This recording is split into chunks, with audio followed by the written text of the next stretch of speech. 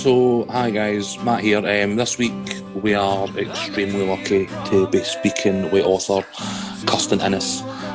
You may know Kirstin for her first novel, Fishnet, talking about people's experiences and attitudes towards sex work. This time we're predominantly talking about her second novel, Scabby Queen. Scabby Queen's a really complex and nuanced look at a person through the eyes of everybody else in their life immediately after this main character Cleo commits suicide. It's about as interesting a book as I've read in a long time. Kirstin talks us through, obviously the plot, the structure, the characters and all sorts, and the conversation as a former literature student was just pretty much the reason why I got into this. So we really hope you enjoy this, and we highly recommend that you go out and buy the book as quickly as you can because it's dynamite. Enjoy.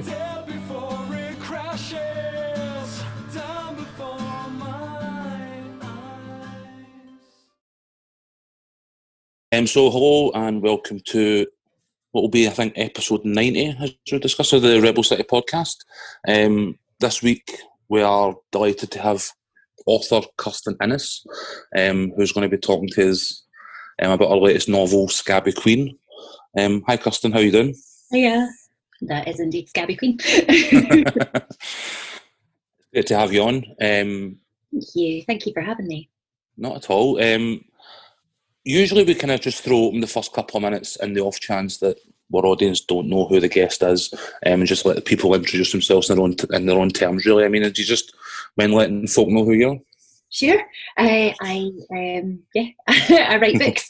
I've written 2 books. My first book, Fishnet, came out in 2015, and this one has just come out in July this year. Scabby Queen is book number 2. I live in Lochwinnoch in Renfrewshire.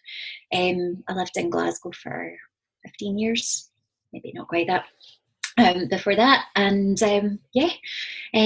background in journalism and arts, and sorry. I really should have like a proper finished introduction for myself. I used to play in bands for years, and one of the worst, my nightmare, I'd wake up in cold sweats when people would be like, just describe your music to us, and you're like, no, I can't do that. You can do that for me. But it's just really just to give people an idea off the bat, like what we're going to be talking about. I think podcasting is one of the things that some people listen and really enjoy the guest, and some people will listen and be like, nah, I'm not really that interested. So we just like to give people the opportunity up front to know what we're talking about. But like Matt was saying, we're going to talk about Scabby Queen, and we were talking off mic about my inability to read fast, but I get through the first 100 pages. And it's a really interesting take on, like, I think the way that the story's told about the death of somebody through other people is really interesting. I think that one of the things that really jumped out at me was the difference in how, and this is, I suppose, something that I've been thinking about since reading, the difference in how other people in your life see you as an individual. So you've got an idea of yourself in your mind, and you think about yourself in certain ways, but everybody will think about you differently. And I thought that was really interesting. Was that one of the sort of aims of writing it, from other people's perspectives? Yeah. So Scabby Queen, it's the story of one woman's life told after her death. It starts off with her death, and I really wanted to. It was a deliberate choice. You never hear from my main character, Cleo, herself. I wanted to see how much of a picture you can build up of somebody just by taking into account all the people who, well, not all the people, that would be a really long book. It's already pretty fat. But taking into account sort of what other people thought of them around the way, and how these, I find it really interesting actually, how these accounts can how 2 people can have completely different idea of the same person, depending on circumstance, depending on any number of tiny little things in an interaction. So that's something that's always fascinated me. So I thought it would be a really interesting thing to do, to tell a story of a person, see how much of an idea of a person you can get across without ever being inside their own heads. directly. So yeah, that was quite deliberate. It was always kind of conceived like that.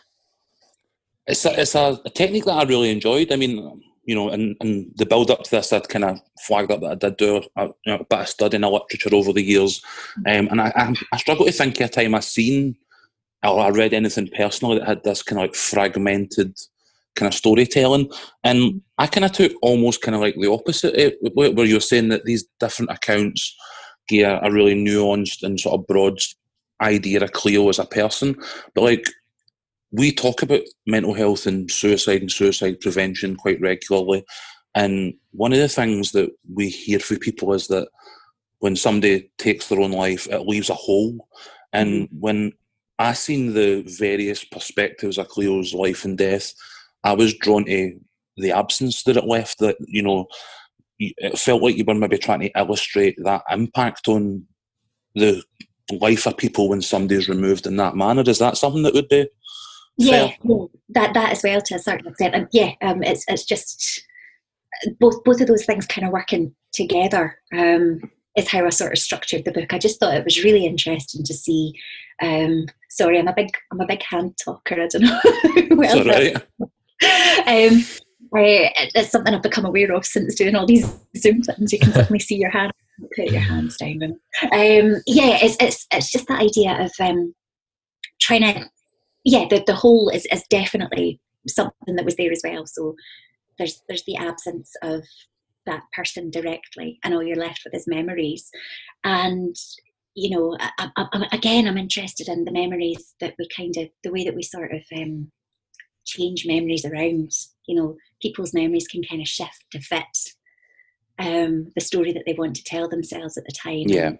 Yeah, I wanted to show that as well. It's kind of like just the idea of all these things that make up a person or don't. I mean, Cleo, all the way through the book, you can tell it's Cleo, even if you're hearing from a character who doesn't know her name. Yeah. But she's got the red hair and she's got the lipstick.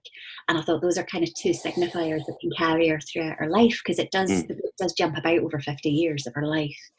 But at the same time, you know, those are just two sort of external things that she becomes kind of, she's sort of minorly famous, and then after her death there's a sort of a great outpouring of grief on social media, and I'm just interested in these kind of ideas of how something as tiny as like some red lipstick, that can suddenly mean something, but it's not anywhere near the, you know, it's an external signifier, sure, but it's not anywhere near the complexity of the inner person. So yeah, there were all these ideas. I thought it'd be an interesting thing to see how you can do that, approach it.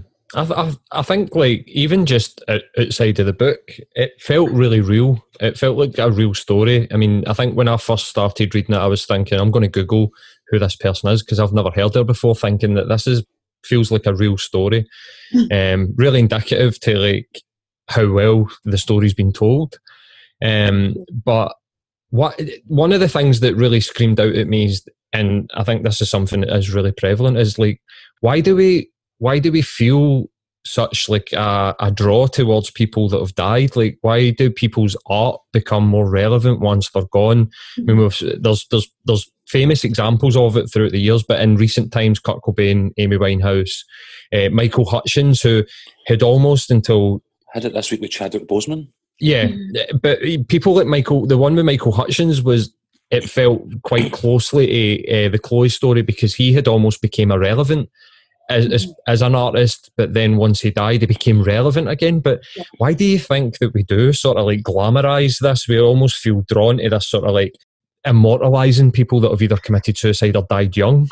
It is, it's this immortalizing, isn't it? So the thing that kind of motivated me to make her a bit famous, and to see that sort of that kind of reaction from people outside of people who'd just known her. So that was Carrie Fisher, who was the last of 2016. There were so many celebrity deaths, so many high school people dying: David Bowie, Prince, Alan Rickman, Carolina Hearn. The more you think about it, that was a lot of people. And then Carrie Fisher right at the end there, and Carrie Fisher had this really, really big year where the new Star Wars film had come out, and she was getting a lot of criticism for being a woman in her 60s, not, you know, teenage obsession in a metal bikini anymore. And she was on Twitter. She was arguing with Trump. She was angry. She was messy. She wasn't, your beautiful Princess Leia. And people were slamming her on social media. They were laughing at her. It was really a nasty, vicious kind of atmosphere around her that year. And then she died right at the end of that year. And immediately it was like, she'd been sainted, she'd been immortalized, she'd been, like, you're finally allowed to take ownership of the person when they stop their own thoughts. I don't know. I really wanted to, that was really what motivated me to kind of start asking these questions and make Cleo a sort of a semi-famous person, to see just kind of, I'm interested in that. I'm interested in when somebody's in the public eye, everybody sort of assumes that they know them a little bit, particularly actors and singers, where you're kind of, they're putting emotion out there and people are sort of identifying with them. And of course, nobody knows anybody like that. We're just projecting ideas of our own onto these things. So that was all kind of feeding into Cleo. So I think you're really right. It's strange, this, when somebody's story stops, or people feel like they're allowed to take ownership of themselves. Really, do you think it's got something to do with the fact that then the media can control the sort of narrative of the person, so then they can use this now? It's like, now the person's gone, their opinions are gone, and maybe like Amy Winehouse, for example, now she's not going to be seen with needle marks in her feet, her and her boyfriend coming out of a limousine covered in blood. Now that we don't have that, we can now take this, and then there's the whole people are worth more dead than alive, especially if they're an artist. They can then start to milk their estate for all it's worth rather than having control. I don't know if that's got a lot to do with the fact that we love this. It's the media love it, so they can just grab it and run with it. Do you know what I mean? Yeah, absolutely. All of that was kind of feeding into that's why I thought I'd started off with this idea of the missing person, told the story told by everybody else around. But then the Carrie Fisher thing, it just kind of crystallised for me that of course she was going to be slightly famous. I wasn't interested in writing a big A-list celebrity. She's at the most. But and again, just that way that you see it all the time at the moment. And the thing is that she's a musician, Cleo. She's had this one-hit wonder that's meant a lot to a lot of people at various points, and I wanted to try and show that, I guess, as well. But just the way there's a whole bit afterwards where you go on Instagram and it's one of the characters searches for her on Instagram, and there's just like all these filtered pictures of her and her lipstick and kind of R.I.P. rest in power sort of idea. I don't know, but maybe it's as well. Maybe it's sort of fulfilling some sort of need for public grieving or coming together that we've lost along the way. I don't know, because people seem to be kind of magnetised to a celebrity death, don't they? Yeah, definitely. One of the things I kind of wanted to touch on, and Paul kind of like sort of glanced over it, was the level of realism in this. And like, for me, what really felt real was the actual characterisation of the people who were observing Cleo's passing. Like, so it felt to me like I was actually feeling or reading somebody's genuine account of them losing their mate, them losing their ex-lover, them losing, a work colleague or whatever it is. Like, now, the vast majority of people probably struggle to get through the characterisation of one sort of main character when they write a book. Like, where do you even start the process here of writing 10 people who actually feel like actualised individuals? Like, that must be pretty daunting. Honestly, it wasn't. The way this book came about, I'm kind of shocked that it all hangs together, to be honest. I wrote it around I only had tiny wee snatches of time to write it. I wrote it around a whole drawn out IVF process, finally getting pregnant, having a baby, raising the baby into a toddler, getting pregnant the second time, and also working. I had these tiny snatches of time where I could write. And so it started out like any little idea I would get for a person or a character. I would just they had to fit into Cleo's world somehow. And I had no time to lose. Any writing time had to be working on this book. I don't know, in terms of, it's really important to me that my characters feel like real people. So that means a lot that you said that. Like, something that always turns me off when I'm reading is if the characters feel a bit stagey, or if they've been kind of conceived as like ciphers or puppets or symbols of something. Particularly the unlikable ones. I don't know, that's what I'm interested in. That's what I'm interested in reading about, is real people's experiences. So yeah, I don't know, it's really nice to hear that they all feel like real people, because I was quite emotionally involved in a lot of them, actually. I mean, there's a couple of them particularly that really do have my heart, and I feel a lot closer to them than Cleo necessarily, even though she's the kind of the linchpin around which the book.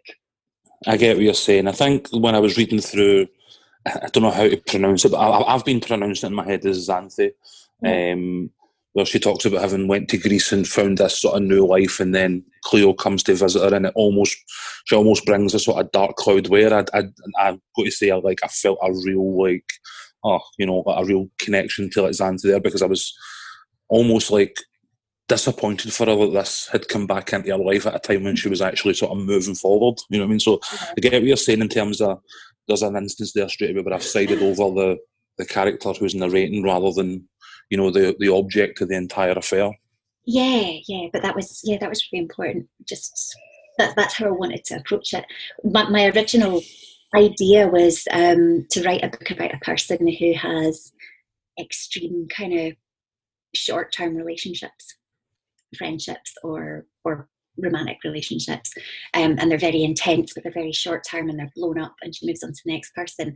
But what I was interested in there were the people left in the wake afterwards, the kind of the ripple effects, because I mean, even though I have officially written a book about this big charismatic, destructive, semi-celebrity type, what's interesting to me is the quieter people who are magnetized towards that, who sometimes get picked up and spat out, the collateral, who are used as collateral essentially, because it's the big showy people's stories that we always tell and hear, because they're the ones that kind of, like one of the characters says in the book, suck all the air towards them, about Cleo. So yeah, that's what I wanted, and it feels really nice that you felt it was real as well. My mum went on, I think you've not finished it, Paul, have you? So I don't want to. It's all right, you won't. I'm no precious about it, don't worry about it. One of the characters writes a biography of Cleo towards the end, and my mum found herself on like, she was looking online afterwards trying to buy that biography so she could find it. So I thought, oh yeah, I've done something quite good there. If it feels, that's pretty cool. Yeah, I think, see, from my perspective, I'm not a big fan of fiction. I've never been able, I don't know if it's something to do with the imagination, or I genuinely don't know, but when people have handed me, so one of my mates handed me like a fictional book about like the Roman Empire, and it's something that you had said, that when the characters you don't like are the ones that you don't feel are real. When I was reading that, I was like, this doesn't feel realistic to me. It feels like sort of almost sci-fi, even though it's going back the way. But when I read books, like when I started reading Scabby Queen, but I've also read Young Team by Graham Armstrong. Yeah. Is that Graham Armstrong? Yeah. I edit this anyway, don't worry, I'll take it that way. By Graham Armstrong. Chipped his name a couple of weeks ago as well.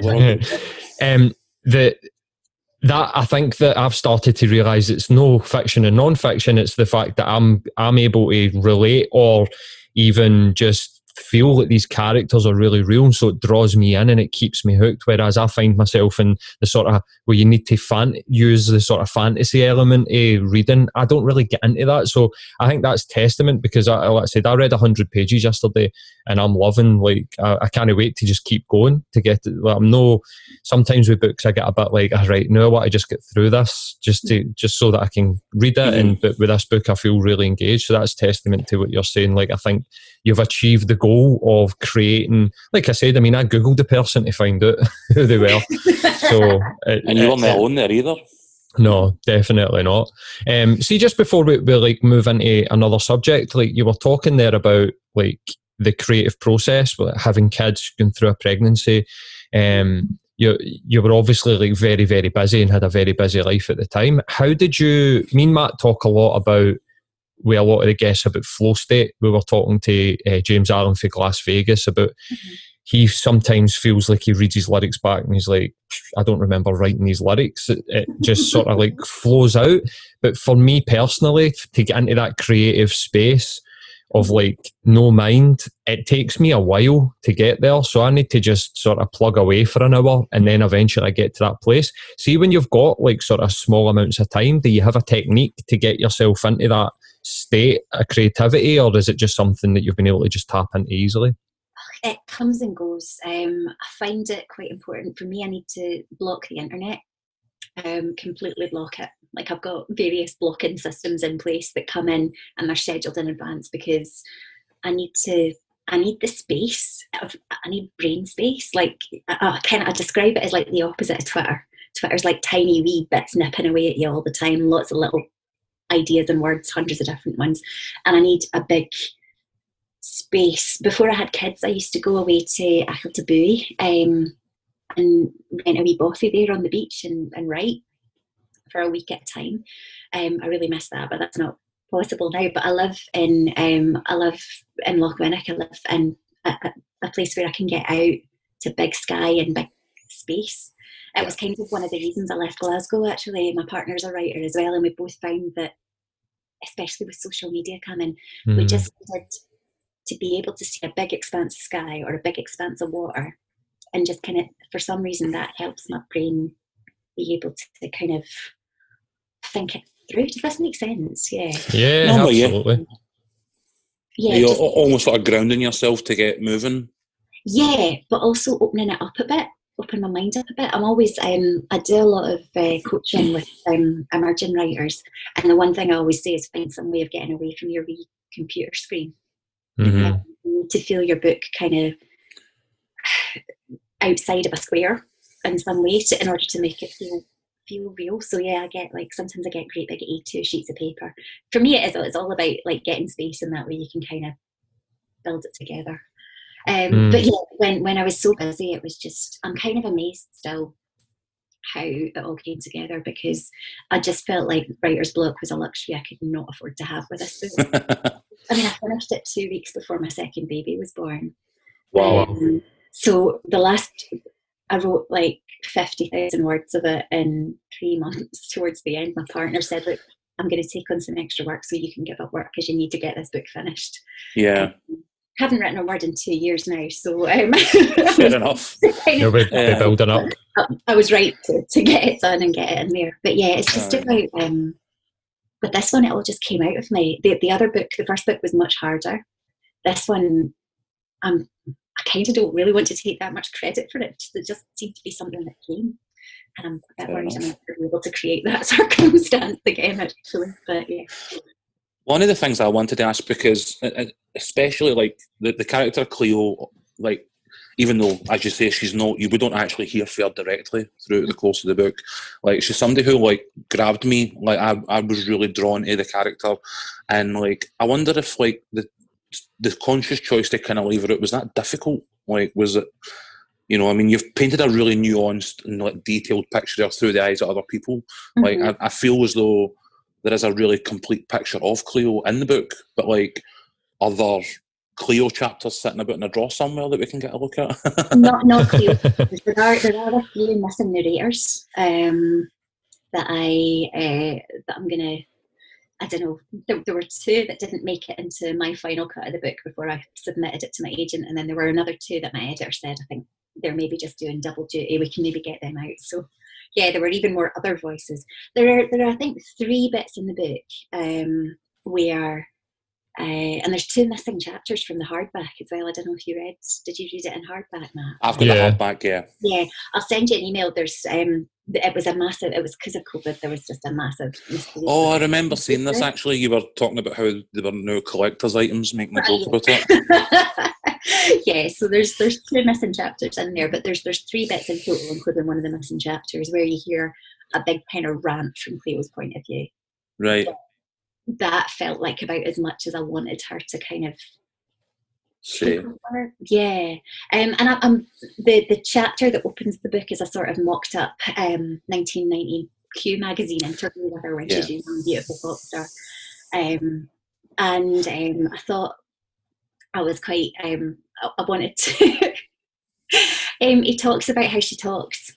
She talks about politics, but he never actually allows her that space and that voice. So I wanted to set it up right there at the beginning. You're not actually going to hear this woman's voice necessarily. A wee bit, but yeah, it was. I didn't find it that difficult because like I said, I loved a lot of the other characters more than I loved Cleo. And because I was seeing Cleo through their eyes more, and she's the sort of person who's both fascinating and a total pain in the arse. That for me it was all right actually. I'm kind of surprised, particularly young women readers have been coming up to me and just telling me how much they love and relate to Cleo, and I'm a bit like, I think she'd be a nightmare. But you did get to see the duality there, like, between the adored pop star and then the friend that kind of becomes a burden on the likes of Ruth and Xanthe and stuff like that. You know what I mean? So I think that, as I say, that complexity a person is represented, even though Cleo's voice is not directly there. You kind of touched on our politics, which is something that we, shoot hot air about plenty on here. Good segue, Matt. I know. I love the kind of like punkiness and like the kind of political tone, particularly in that sort of opening scene where she kind of like walks into this pub and almost kind of like overtakes this sort of male-dominated space, and she wants to talk politics. She wants to talk politics in her music. She even, like weaponizes her sexuality to an extent to leave political messages on her body, knowing that people are looking at her and stuff like that. Like, how much Cleo's politics is, how much of that's coming for you? How much of that is naturally coming out of the character? Half and half. Quite a lot. I mean, I was brought up in a very, very left-wing single mother household. I was being taken on demonstrations when I was a really little kid, and also taken to quite a lot.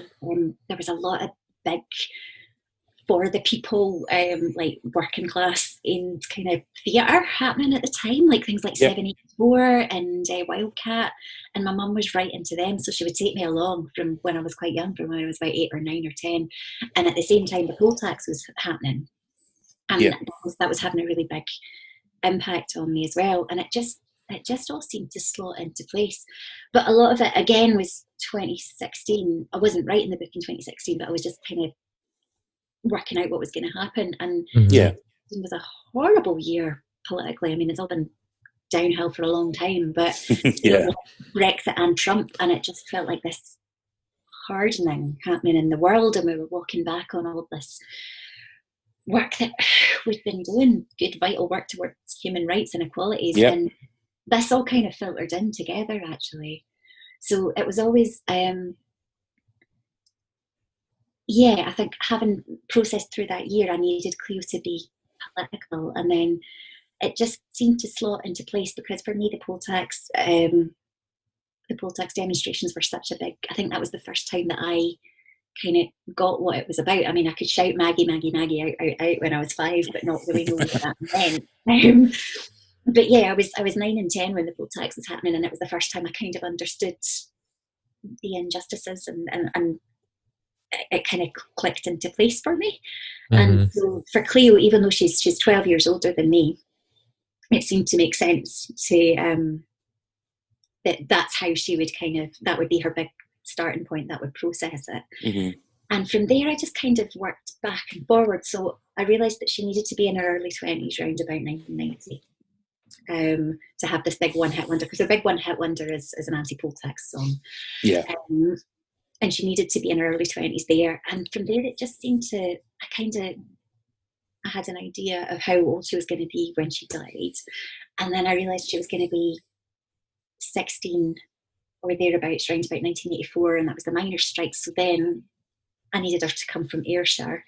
And it all just kind of followed on from there. And I was asking, right, so if she's from Ayrshire, how's, where's this coming from? What are her mother's politics? And then the character of her mother kind of crystallised around that. So it was kind of partly circumstantial, and it all just seemed to work together.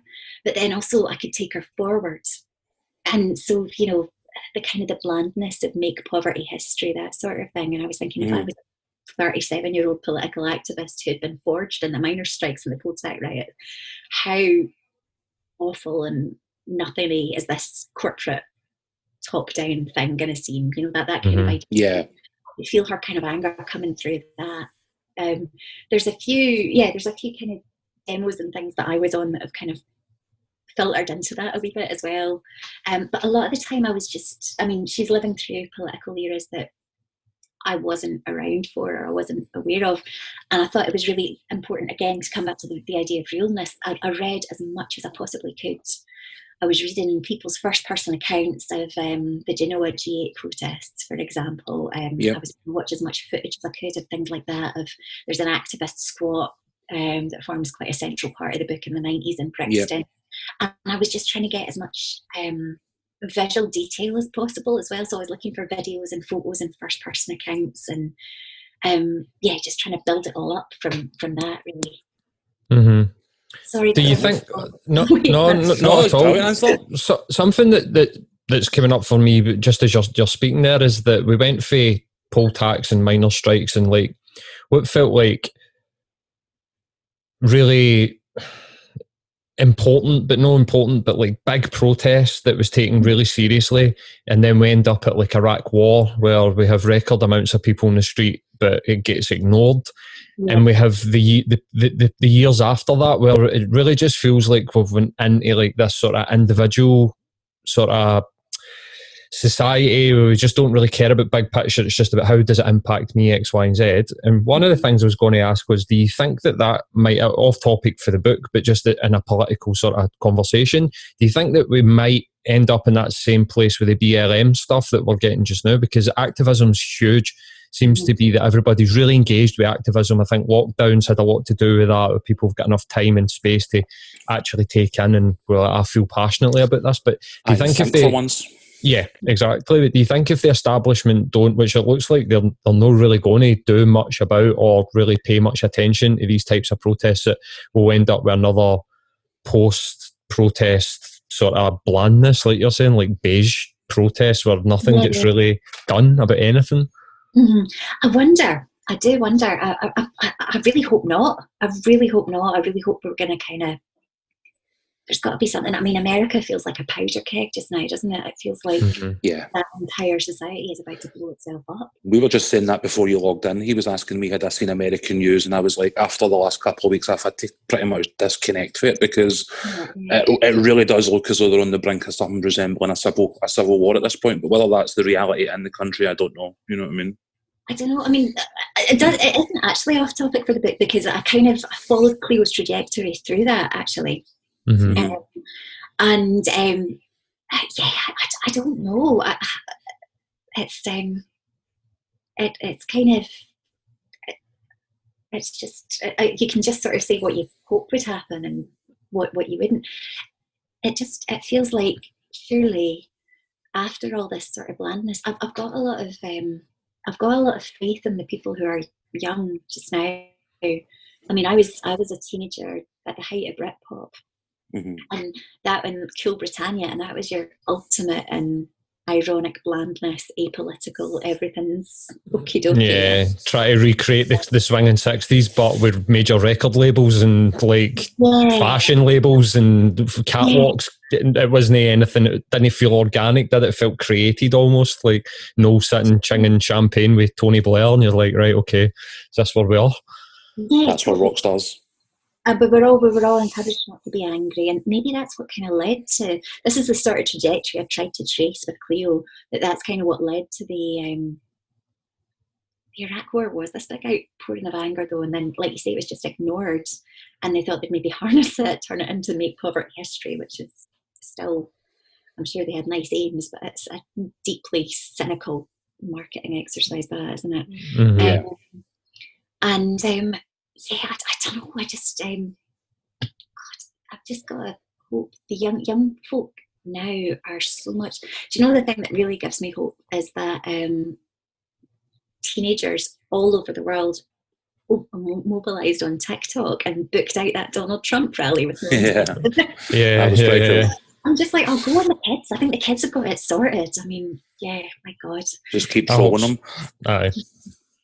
I was going to ask, obviously there are some political issues that are addressed in the book that are time specific, like poll tax, like independence referendums and Brexit and so on, but there are other ones in there that don't have the same sort of time, or don't have an obvious connection to the same time, like land reform and stuff like that. So are the political issues that you've touched on out with the time frame, are they because they resonated with your own sort of political upbringing? Yeah, essentially. Oh God, the land reform thing was a whole chapter that was junked. There was going to be one of my narrators, who I didn't ever quite finish, was going to be the sort of a landlord of an island, kind of thinly disguised version of Egg or something, recounting his memoirs, and this awful troublemaker who came along. But yeah, Alistair McIntosh, I don't know if you know him, the big land reform campaigner. He was actually my pal's dad when we were growing up. So he had quite a bit of an influence kind of there, and it was really strange to see kind of come the indie ref, everybody sort of celebrating him and talking about him like this great big thinker, when I just remember him as my pal's dad. But I think I absorbed some of that as well, and yeah, it was all it just seemed to kind of come quite organically. I think maybe the sort of political issues that Cleo's interested in, I'm interested in. Mm-hmm. But yeah, the just the idea of maybe I gave a wee bit of wish fulfillment there. Maybe I let Cleo go and be a lot more active all over the world, actually working on things that I would like to have done, and I've just sat and tweeted positive messages about. That's a fear I have quite a lot as, a member of, those rebel cities that, really all we ever do is actually talk to people. They're not exactly, activists in that respect. So I think we all have that fear when we get talking about politics in the public domain. Right, but talking's where it all comes down to. Like, I mean, that's every single chapter in this book is basically just a conversation, or a few conversations, memories of conversations and tiny little interactions, and the politics is kind of the stage for it, if it is. But I also wanted to use it just to look at balances of power, imbalances of power, and imbalances of empathy, which I think is kind of what underscores all of that. If you can or can't empathise with somebody, then that empathy it's not spoken about a lot in politics, but I think it's what underpins kind of all political action or inaction, or negative political action can be a lack of empathy. And that's what's most important for me about this book, I think, and why I wanted all the characters to feel real, I guess, as well. So yeah, absolutely. Right, where do we want to go next, Matt? I think we've got about 15-20 minutes left. So I was going to say that one of the things that jumped out at me as I was reading through the book, and I'm assuming, having an experience in journalism, this comes from where you've come from as a journalist prior to writing the novels, but like my interpretation of what I read was quite scathing when it comes to particularly tabloid journalism. I know there was a section where somebody was talking about how they were going to cover Cleo's death, and I think the term used was doorstep and grief, which kind of resonated with me quite a bit. And also the fact that, in the light of somebody's death, the editor or whoever was running the meeting was trying to address the Dyke angle and, almost make a salacious comment about somebody's death. I mean, that section felt pretty scathing to me. I mean, is that how it was intended? Yeah. Fair enough. Straight up. Yep. Yeah, but it's all just the aspects of things that play into that idea of, once, like you said, once somebody's died, the media kind of move in on it and try and make their own narrative out of it. So yeah, that was kind of playing into that. Yeah. The bit that I was wanting to really flag up in that section was because I read this line and it felt like somebody had punched me in the stomach. And it was when you basically allude to the fact that somebody's life can be reduced to 250 words. How do you, I mean, do you have any thought to how you even prepare for that? I don't know. It was just one of the ones that just hit me. I was like, oh, Jesus Christ, man, we're all heading for 250 words. No, I don't know. Just a pure throwaway phrase. Yeah, no, not really a throwaway phrase, because it was that's from Neil, who's he's a journalist who he's been sort of a wee bit creepily obsessed with Cleo from the Yeah. early days, and would declare her as the love of his life, and he's sort of covering her death, writing her obituary, and goes on to write a book about her. And the reason, that's not the whole reason for Neil's character, but quite a lot of the newspaper plot there and around that was about how I just wanted to make the point that it's impossible to sum somebody up. You could use an infinite number of words and not sum up every single aspect of that person. So yeah, I think I sort of wanted that, but I think there's something about the box as well. 250 words in a wee box, and that's like you were saying, the media controlling the narrative, putting this woman back in her box, nice black borders around it, that sort of thing. And yeah, I just wanted to try and suggest it more and more and more of that. And there are characters that creep in towards the end. There's like hints, like the land reform thing is only just mentioned in passing. That was going to be a whole other aspect of her life. Towards the end, you hear from very briefly from a former refugee who she's helped. Yep. I wanted there to be these suggestions of all these other lives that Cleo's lived that haven't been covered in there as well, because I think that's realistic for everybody, even if they're not living as quite as an extraordinary all out a life as Cleo. You're different in I can be 5 different folk. Just take my son up to nursery, drop him off, say hi to the teachers, hi to various mums, hi to the local shopkeeper, pop in, buy some veggies, go by and sit and chat about my book on on a podcast. You're slightly different people to everybody, and everybody's always, whether they're conscious of it or not, just adjusting to work it in. And I just thought, I'm just interested in people being so much more than that with 250 words, that it's impossible. That has slightly eased my existential dread after reading that. Like that. We can actually be more than 250 words. Like that's. I'm glad I asked that now, because that's been fooling me about all day. And the Twitter age as well. Like, I don't know if you know the Lemmy tweet about I met them at a party and they were a really nice character. He's got it down to 250 characters. Never mind 250 words. Do you know what I mean? He's copy and paste obituary for people, but yeah. Dude, I just dug myself out of this hole. Don't throw me back in it. It's true, isn't it? It's almost like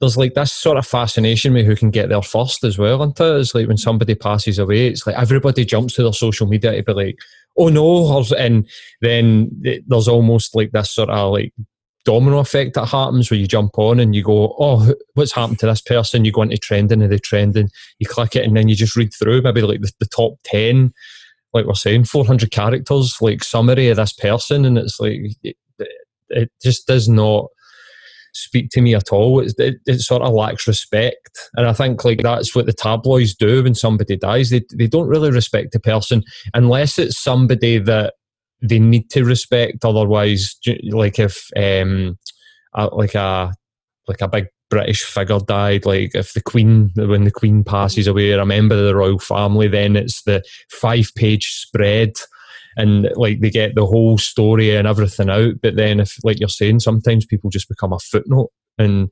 especially somebody that's supposed to be like a Z-list celebrity that was a one-hit wonder back in the 90s, they absolutely would be like a footnote unless there was something that they felt could be sort of clickbaity about it, which would happen sort of more nowadays. Do you know what I mean? Yeah, definitely. When Caroline Flack took her own life in February, I mean, lots of people were already like, "Oh my God, this sounds like Scabby Queen." And then, so my book was, because of COVID, my book was put back, postponed. Yeah. But the original launch date was going to be April the 30th. 5 days after Caroline Flack's death had been announced, somebody had signed a deal for a biography of her, which was going to be published on the same day, April the 30th, Scabby Queen. And I just thought that's just like, wow. There in terms of like, that would have been a horrible coincidence. I don't know. Aye, celebrity is something that comes up throughout it pretty regularly. I mean, in the last couple of years, as you say, you've had your first book, Fishnet. It's been critically acclaimed, you've won awards, you've followed up now with Scarborough Queen, and again the reaction to it that we're aware of has been like overwhelmingly positive. You're even showing up in, you know, the reading shelves of the First Minister, who is basically our Oprah's book club. Anytime the First Minister's reading something, we're like pure, we should go book them, you know what I mean? Like, so there are like, are the pitfalls a celebrity that Cleo experiences in her life, like maybe fears that you've got about a rising profile, or is it just something that is Mary a kind of comment about these lives that you're observing? It's more generally a comment about the lives that I'm observing. When it comes to the Twitter stuff that she experiences during the indie ref, though, that was a wee bit more directly. My partner was very active and very visible, and he's a bit, you know, quite well known during the indie ref, and he was getting so much vitriol, and he felt like he had to keep fighting it on Twitter. And Twitter was just become both of our lives. You know, we were struggling with infertility. We've been trying for a baby for years, and the indie ref was happening, and there was just this gigantic. I don't think I've ever been as stressed out as I was watching what my partner was fighting about on Twitter and watching the latest attacks. There was one day that the Daily Mail was kind of attacking him. You know, it just got crazy. And so a lot of that. There's a chapter where Ruth is watching Theo dealing with all this fighting and this attacking. A lot of that kind of came out without me even realising it. My partner sort of pointed it out when he read it. He was like, "Oh right, is that how you were feeling, hon? I'm sorry." So there is that that kind of visibility. That sort of, it's not something I'd ever want for myself particularly. I'm a bit shyer. I find it a bit more challenging. I mean, my God, when Nicola Sturgeon tweeted about me, I got a real insight into what it must be like to be that.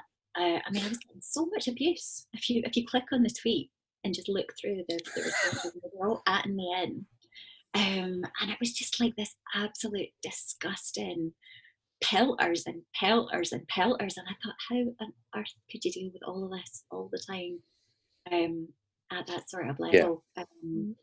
And the fact that social media has kind of enabled that amount of vitriol to be just poured at people as well is pretty terrifying. It's not something I would ever want. So maybe a lot of that is reflected in it, for sure. Yeah. Do you think anybody actually had read any of your books, or was it just like an anti-Nicola Sturgeon campaign that you were getting caught up in? Yep. Anti-Nicola Sturgeon and anti-me as well by extension. Association was wild. Like, people are mental when it comes to that side of things. Like, it's just, thankfully we don't, well, when we do get that level of attention, we don't engage with it, or we try not to anyway. We'll sit in our group chat going, look at this, look at that, but we don't respond to it publicly. I don't like getting oxygen myself. I think we're getting better. I think like back in 2014, when your husband was unfortunately experiencing that level of abuse and vitriol, as you're saying, like we almost like took Twitter a lot more seriously than what we're starting to do just now, where a lot of people have been like, right, this isn't real. These aren't real people.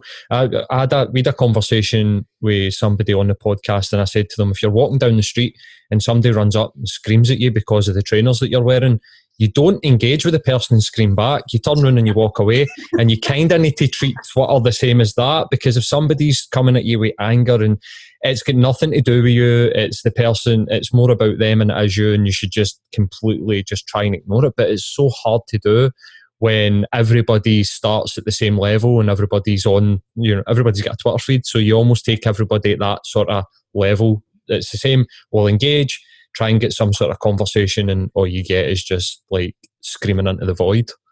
Yeah. Oh, it's horrible. And there's an added dimension with being female in that as well, which means the misogyny on top of everything else. It just gets so nasty and so personal and so, oh man, yeah. It's something I've seen commented on quite a lot recently, even as far up the ladder as Nicola Sturgeon. Hard to comment on it because it's never been something I've been subjected to, but it does seem to be more prevalent by the day.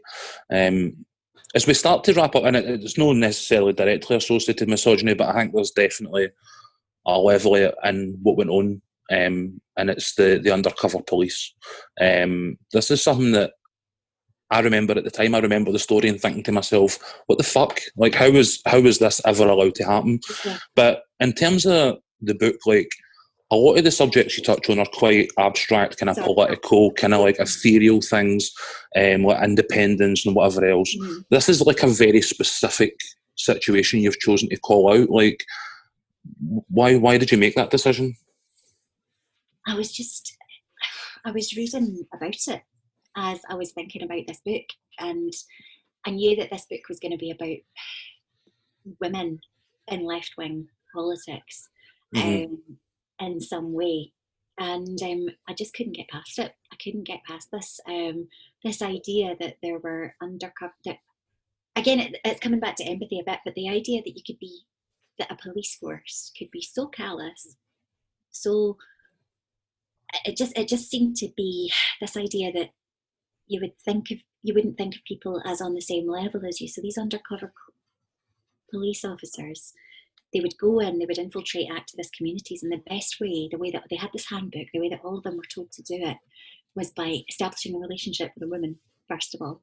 And sometimes the women weren't even totally in the act, they were like on the outskirts, but that made you authentic and vouched for if you had a relationship with a woman.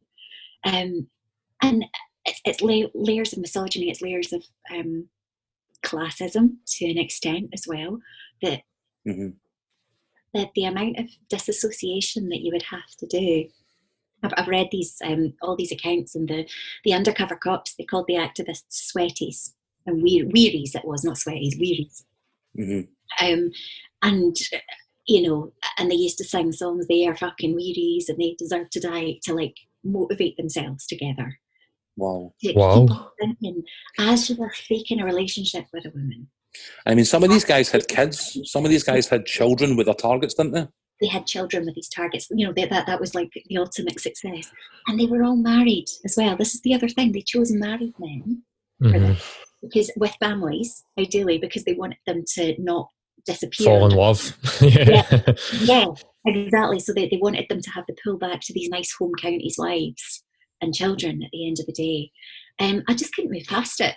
I was thinking about this book as these stories were coming out. I was absolutely shocked and flabbergasted, and I knew I had to do something about it somehow. Yeah. I mean, I remember watching The Firm. Have you ever watched The Firm?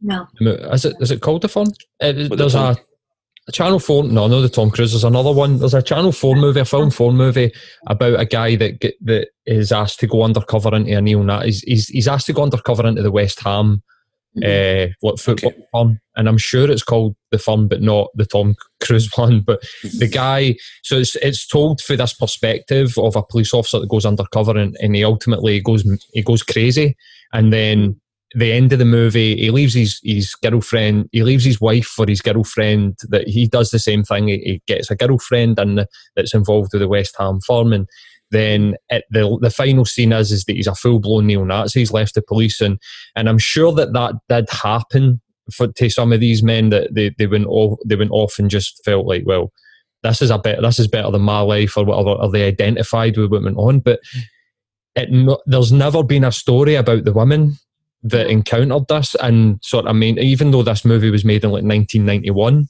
so there's the story of the men, and try to give you this sort of perspective of the poor man who's ended up part of this sort of right-wing neo-Nazi thing, or that's a shame he's went crazy, but there's no real story of his wife or the woman that in the opposite side that he's ended up getting into like a false relationship. I think when I heard that story, I think it was there was Welsh miners and there was Irish women involved, and they'd infiltrated as part of the Real IRA and stuff like that in the 80s.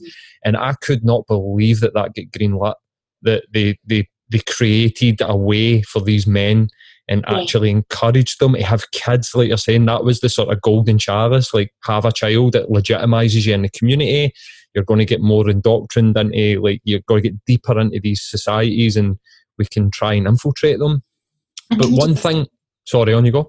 Oh, and then they just disappeared. They all had these disappearance things that they would do. Sorry, Paul, carry on. No. One of the things that's really strange that's happening just now is there's accusations at agent provocateurs within the BLM movement. So we're seeing the whole Antifa, like the violence is starting. There's videos coming up on Twitter of people that aren't involved in the rallies starting the violence and then disappearing. And it really I find it strange that people are even questioning that that's a thing. Seeing a lot of people saying that's ridiculous to even suggest that the established governments or police forces are infiltrating these movements to discredit them, and you're going, they've been doing it for decades and decades. Like, how can you even deny that? There's a massive, I mean, the women, a lot of the women who are affected have kind of pulled together to try and get their stories heard. One of them, Donna McLean, actually spoke to Danny Gabrielli in the Scotland on Sunday a couple of weeks ago, and her story was fantastic. Well, her story wasn't fantastic. Her strength and her anger was fantastic. But yeah, there's this whole documented history. Of course, it's happening with BLM, and this is the thing that it actually, as much as you dress it up by saying, "Oh, they're infiltrating the bad guys, they're infiltrating the neo-Nazis," actually, most of them were, infiltrating Greenpeace groups. Yeah. I was going to say the group activists that I think you were referencing in the story were environmental campaigners. They weren't IRA or Al Qaeda or any of that kind of stuff at all. It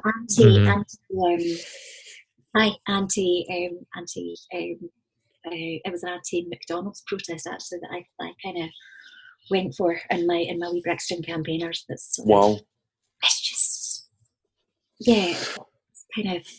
But so really just an individual example of what you feel like, I don't know, misogyny that you just had to call out, essentially. Yeah, it had to file into the book.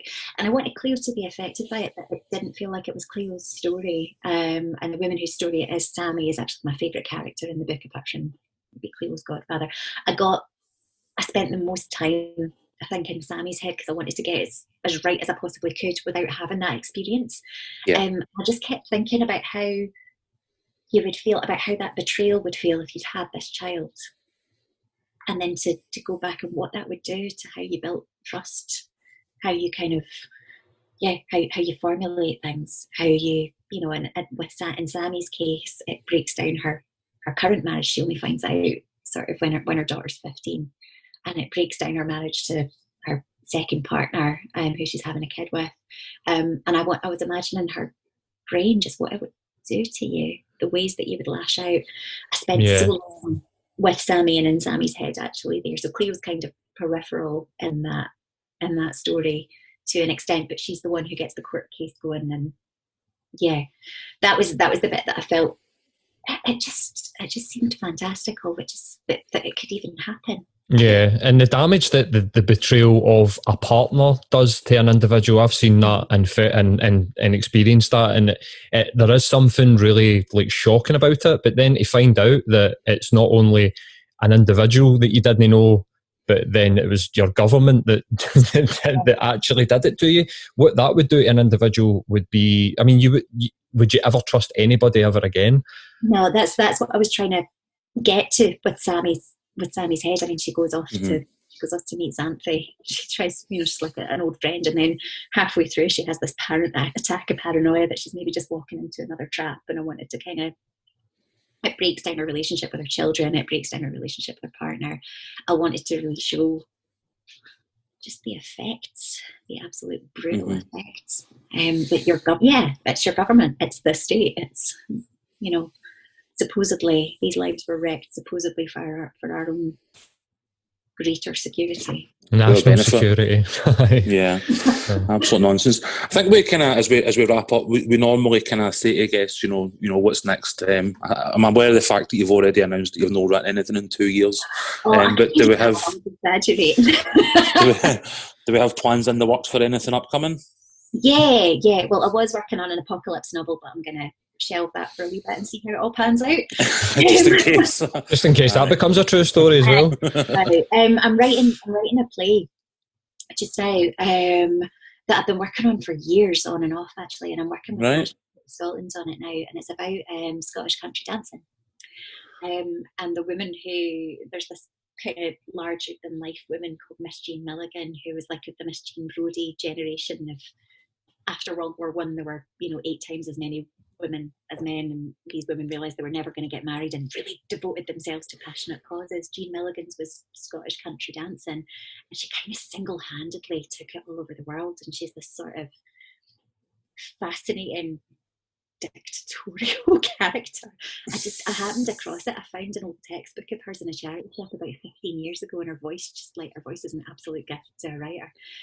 So I'm trying to write a great big play about that, but the problem is that my idea of it is that the audience would be doing the Scottish country dancing, and it would be like a Ceilidh. And who knows when that's going to happen, right? Okay. So there's me, a composer, a choreographer, and a director, and we're all just like having we Zoom, like, what do we think, 2025 or something? But Well, that's what I'm working on just now anyway. Sounds cool, but it sounds really... I was going to say, you can certainly keep us in mind when that comes, and we'll dust off our dancing shoes. What I dread as well that Fishnet's getting turned into a TV series.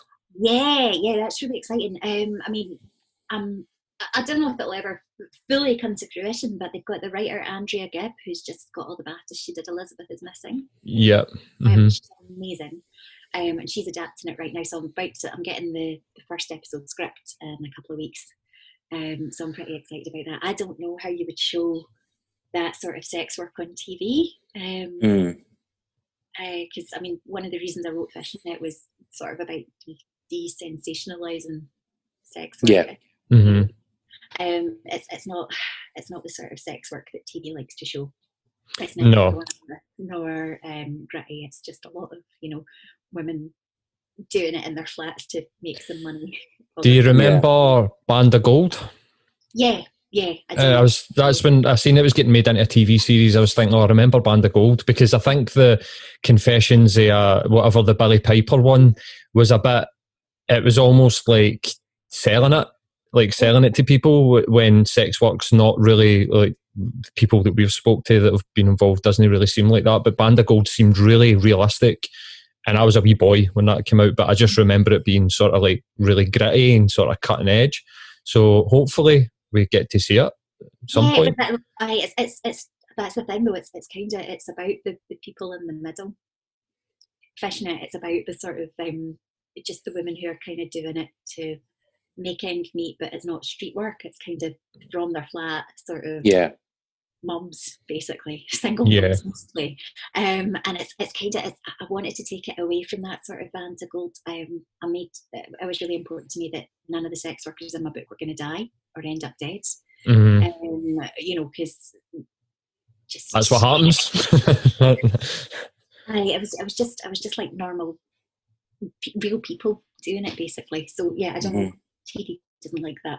I don't know. So I don't know how it will go, but we'll see. Is it hard to hand over your work to somebody else who's then going to reinterpret it? No. I'm not. Fair enough.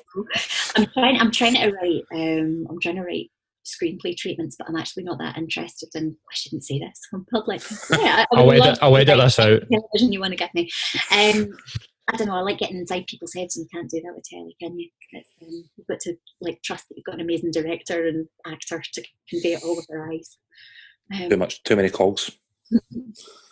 Excellent. I think you get anything else you want, mate? No, man, it was good. Awesome.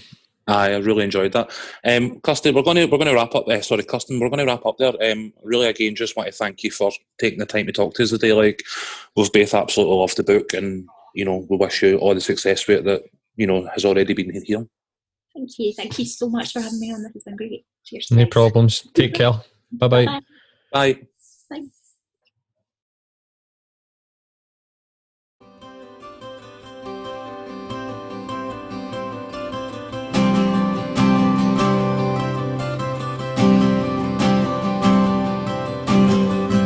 I made a promise to whom will not to you, so stop the party.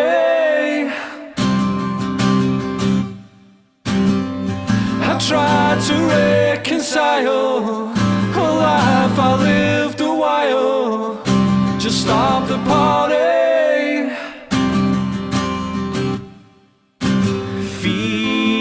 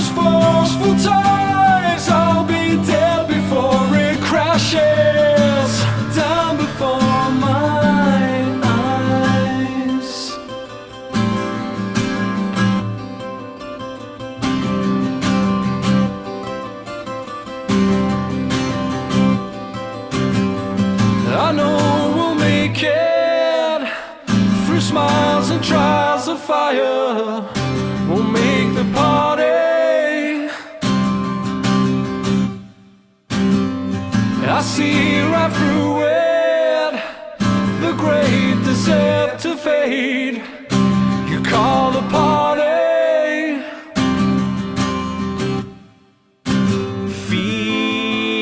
Feeding lies like you'll never know. I don't need to be unhappy with a life to call my own. We'll end up burning bridges sat upon a selfish throne. I will march along this path of ambitious, forceful ties. I'll be dead before it crashes down before my eyes. There is a life I can see.